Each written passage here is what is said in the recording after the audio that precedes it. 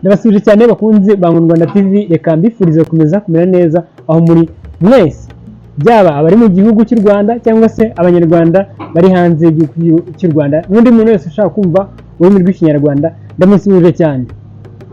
Gende muri Ngoma Frank kuri Rwanda TV nk'uko bisanzwe. Uyu munsi tugiye noneho muri politike. Muhumure abantu mutinya politike, nta kibazo, tugiye kuvuga ibintu bisanzwe ntabwo ari ibibazo. Abantu ndabizi mutinya politike cyane, umuntu atangiye kubivuga mutavuga ati bro I don't like politics. No, muhumure kabisa.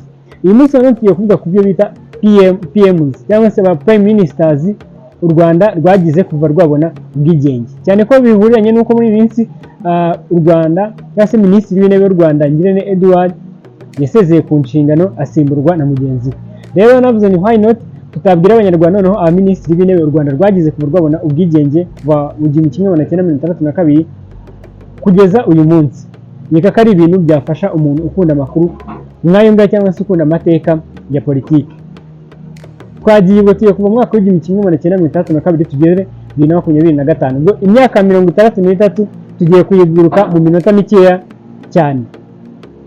Minisitiri wa mbere w'intebe u Rwanda rwagize ni Gregory Kayibanda. Uyu yanabaye perezida wa Repubulika y'u Rwanda, u Rwanda rukibona ubwigenge bizimwa muri First Republic. Gregory Kayibanda yabaye minisitiri w'intebe umwaka w'1962 n'undi u Rwanda rubona ubwigenge.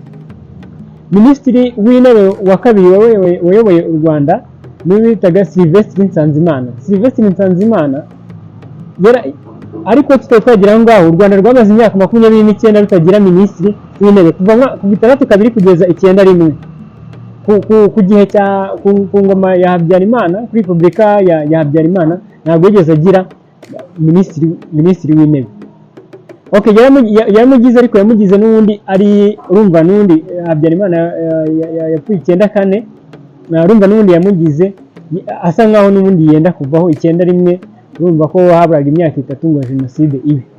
Rero ubwo kuva 62 kugeza 91 nibwo u Rwanda rwongeye kugira minisitiri w'intebe harimo interval y'imyaka 29. Iyi Sylvestre Nsanzimana niwe wabaye minisitiri w'intebe wa kabiri w'u Rwanda, yabaye kuva 1991 kugeza mu mwaka w'1992. Minisitiri w'intebe wa gatatu u Rwanda rwagize bitaga Dismas Nsengiyaremye. Dismas Nsengiyaremye yabaye minisitiri w'intebe w'u Rwanda kuva mu mwaka w'1992 kugeza mu mwaka w'1993.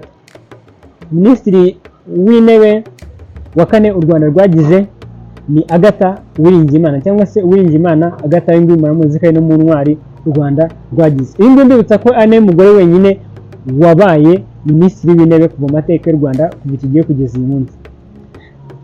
Agatha Uwiringiyimana yabaye minisitiri w'intebe mu gihe kingana n'umwaka umwe gusa, kuva mu mwaka w'1993 kugeza mu mwaka w'1994 ubwo yicwaga. Minisitiri w'intebe wa gatanu u Rwanda rwagize niyo bitaga Jean Kambanda. Jean Kambanda imbu yabaye minisitiri w'intebe mu gihe cya jenoside, ubwo n'undi mu mwaka w'1994 muri amezi makeya. Minisitiri w'intebe wa gatandatu u Rwanda rwagize no bitaga Twagiramungu Faustin.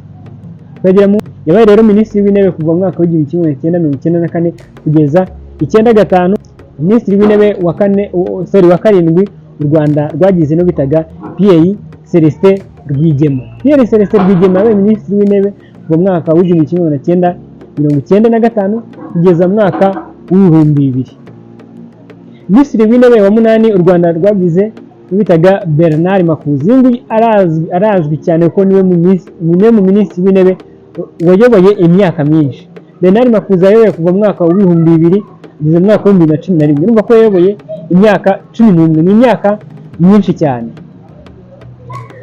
Minisitiri w'intebe wa 9 u Rwanda rwagize niwe bitaga Pierre Habumuremyi, nawe abagenzi turamuzi cyane. Yayoboye rero intebe kuva mu mwaka w'2011 kugeza 2014, yabaye minisitiri w'imyaka 3.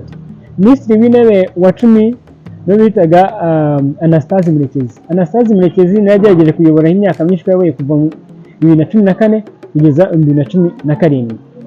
Minisitiri w'intebe wa 11 u Rwanda rwagize ni Ngirente Edouard uherutse gusezera ku nshingano vuba aha ngaha. Ngirente Edouard nawe niwe mu minisitiri w'intebe wa kabiri wayoboye igihe kinini, kuko yayoboye kuva mwaka wa 2017 kugeza mwaka wa 2025, niwe wa kabiri nyuma ya Bernard Makuza. Rero Ngirente Edouard ejo bundi yasimbuwe na mugenzi we Nsengiyumva Justin. Nsengiyumva Justin we urumva ko niwe minisitiri w'intebe wa 12 u Rwanda rwagize.